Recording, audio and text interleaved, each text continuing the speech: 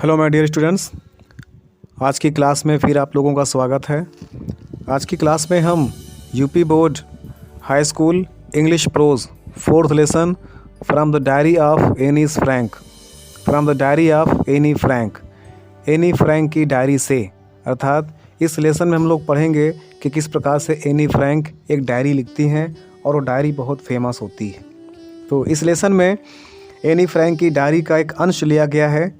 इसमें वह हमें अपने जीवन के प्रारंभिक दिनों के बारे में बताती हैं। वह लिखती हैं कि उसने एक डायरी लिखी, अर्थात उसने एक डायरी लिखने का निर्णय लिया क्योंकि उनका कोई मित्र नहीं था।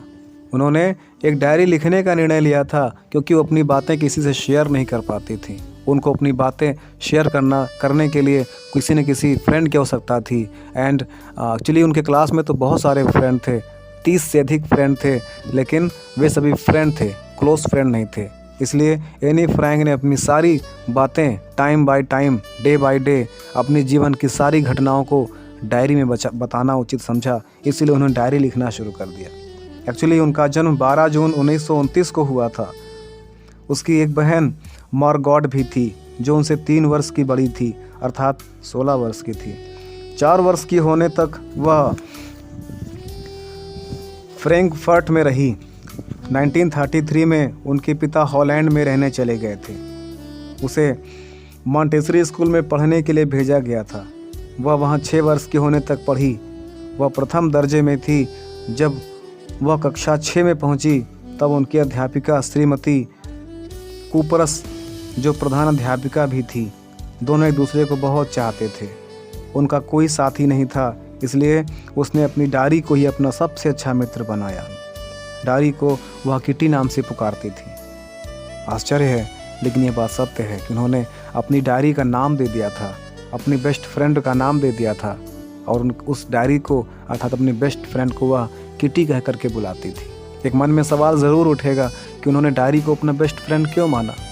उन्होंने पीछे तर्क भी दिया कि एक डायरी लोगों की अपेक्षा अधिक पेशेंस रखती है, और वह हम जो भी हम लिखना चाहते हैं हमारी बात पर कभी वह विरोध नहीं करती है।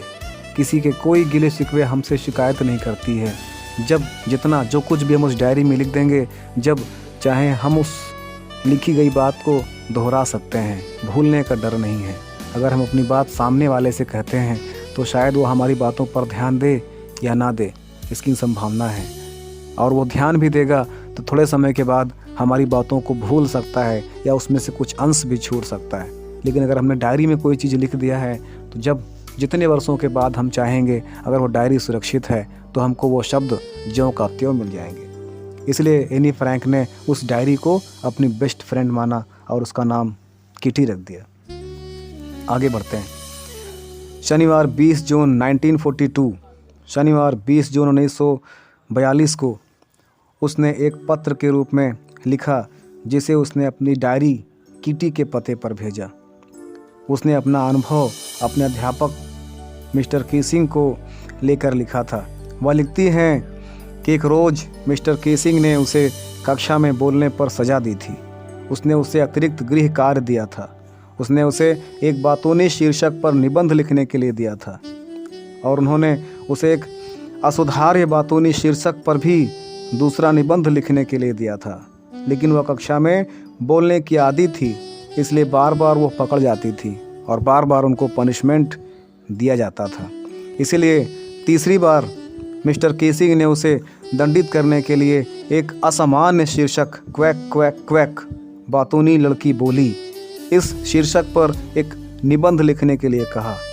एनी ने इस निबंध को काव्य के रूप में लिख दिया, जिसमें उन्होंने अपनी फ्रेंड सैनी की भी हेल्प ली थी, और वो उसको पोइटिकल तरीके से लिखती हैं, एक राइम और रिदम के साथ एक वर्स स्टाइल में लिखती हैं।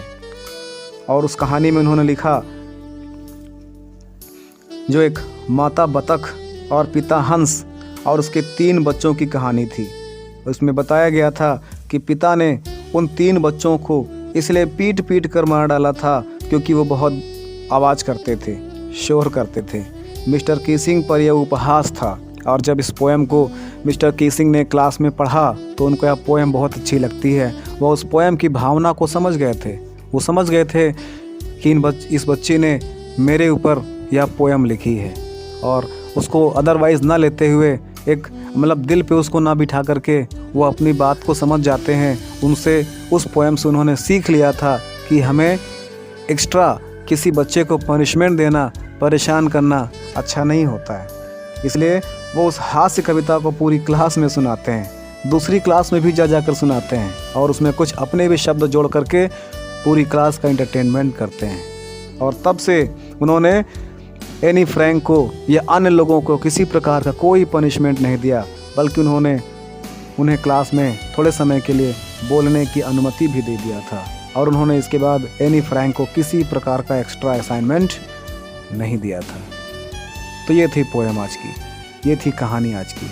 इसको एक बार, दो बार, तीन बार देखिएगा। इससे संबंधी टेक्स्ट मैंने पढ़ा दिया है। इससे संबंधी short question answer, long question answer, multiple choice question answer और इससे रिलेटेड मैच द फॉलोइंग, ये सारे मैंने करा दिए हैं।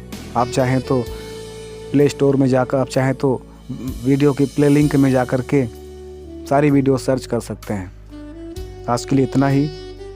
थैंक यू, धन्यवाद।